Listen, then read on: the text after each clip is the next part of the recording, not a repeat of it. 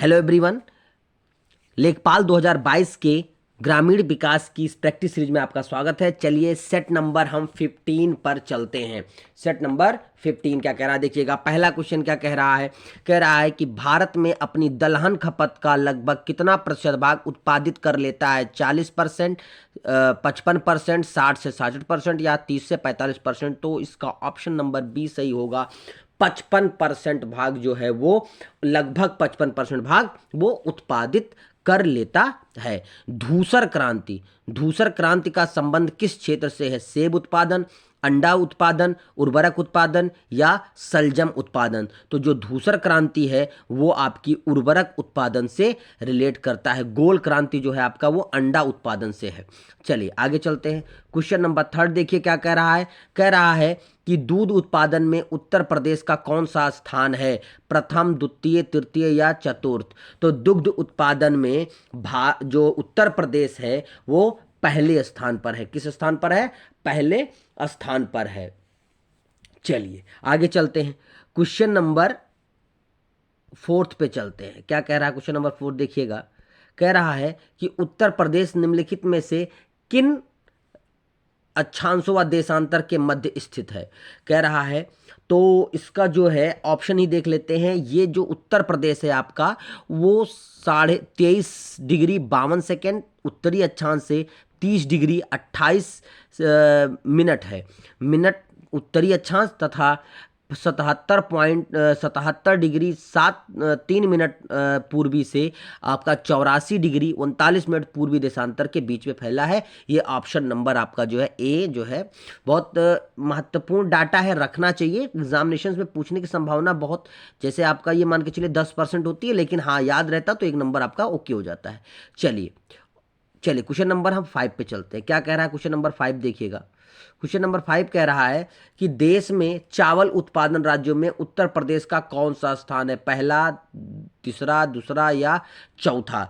तो जो चावल उत्पादन में उत्तर प्रदेश किस स्थान पर है? दूसरे स्थान पर है। उत्तर प्रदेश दूसरे स्थान पर है। ठीक है, चलिए आगे चलते हैं। कुछ चाय का जन्म स्थान है? भारत, इंग्लैंड, चीन या अफ्रीका।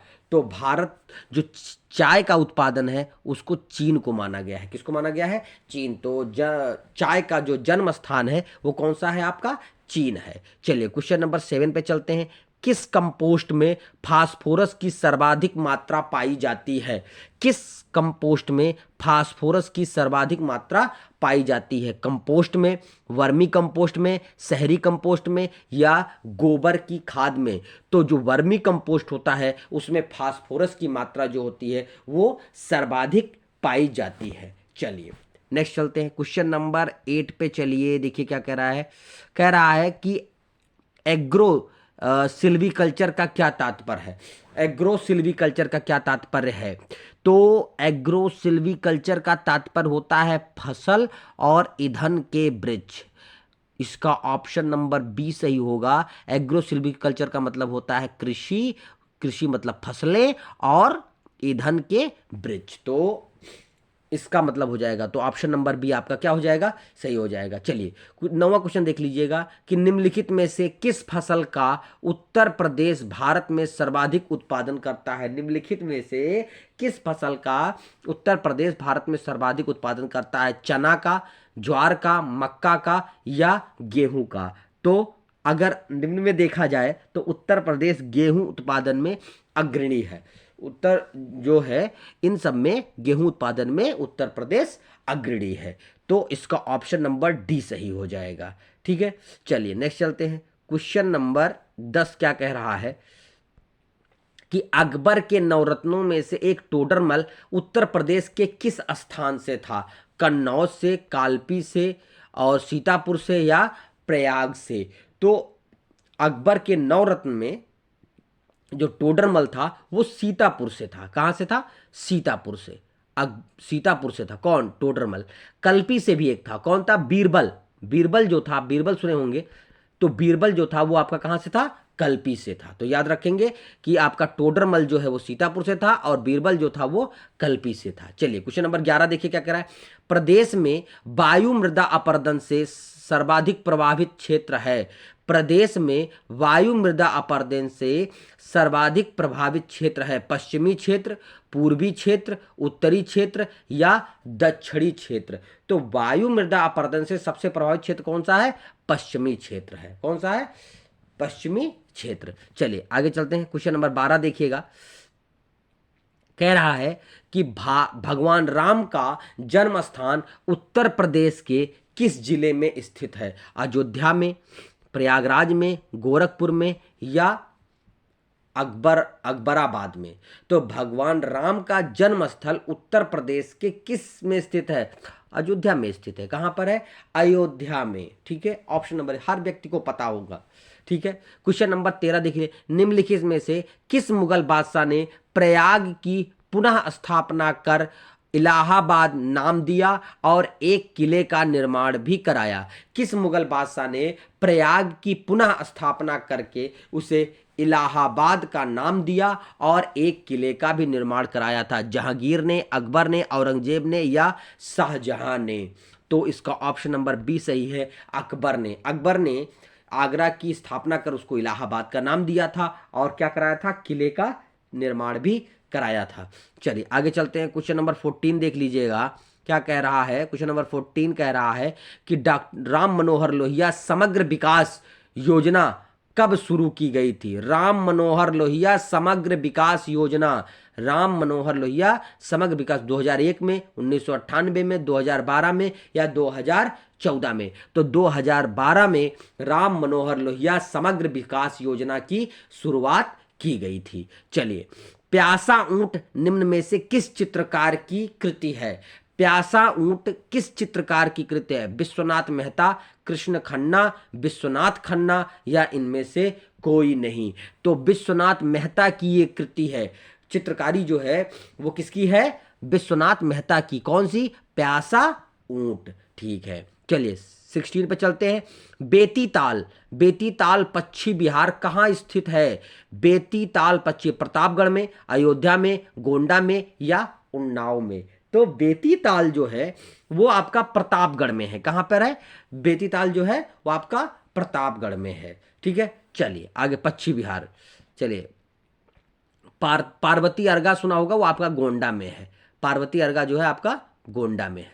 चलिए, उत्तर प्रदेश संगीत नाट्य अकादमी की स्थापना कहाँ की गई थी? उत्तर प्रदेश संगीत नाट्य अकादमी की स्थापना बनारसी, लखनऊ, प्रयागराज या मिर्जापुर? बहुत बार ये क्वेश्चन आ चुका है हमारे टेस्ट सीरीज में। लखनऊ सभी को रट गया होगा जो लगातार लगे होंगे। उत्तर प्रदेश संगीत नाट्य अकादमी की स्थापना कहाँ हुई थी? लखनऊ में हुई थी।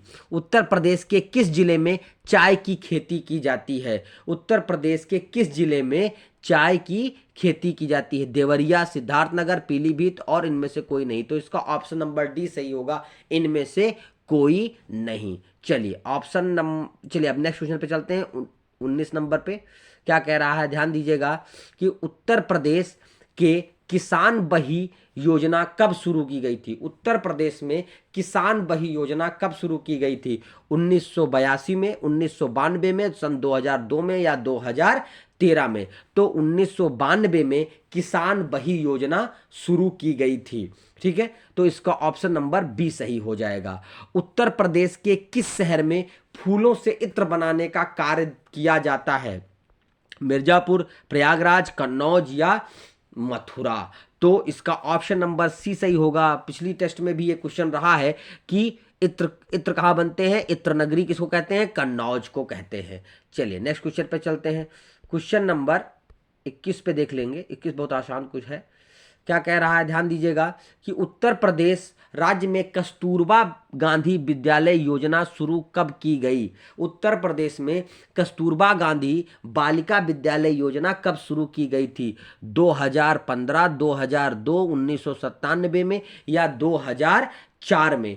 तो आपका जो कस्तूरबा गांधी विद्यालय योजना है वो कब शुरू किया गया था? 2004 में शुरू किया गया था। चलिए आगे चलते हैं। क्वेश्चन नंबर 22 देख लेते हैं। क्या कह रहा है कि उत्तर प्रदेश में भूतत्व एवं खनिज कर्म निर्देशालय की स्थापना कब की गई थी? उत्तर प्रदेश में भूतत्व एवं खनिज कर्म निर्देशालय की स्थापना कब की गई थी? 1952 में, 1953 में, 1954 में या 1955 में?